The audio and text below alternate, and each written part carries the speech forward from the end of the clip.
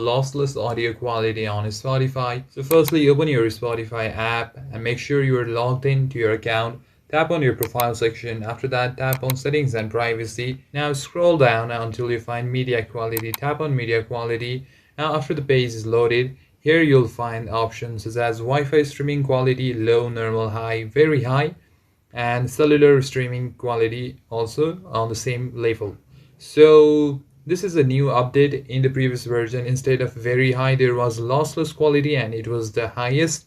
But now if you want to select that, you need to have Spotify Premium. So I'll just select on high quality. So this is equivalent to lossless audio quality. If you have cellular data unlimited package, then you can also select on very high or high on cellular streaming quality, but make sure that you have the cellular data, okay? Else your data plan or data will be lost or it will be used up. So this I'll just select back to automatic. It's completely on your choice.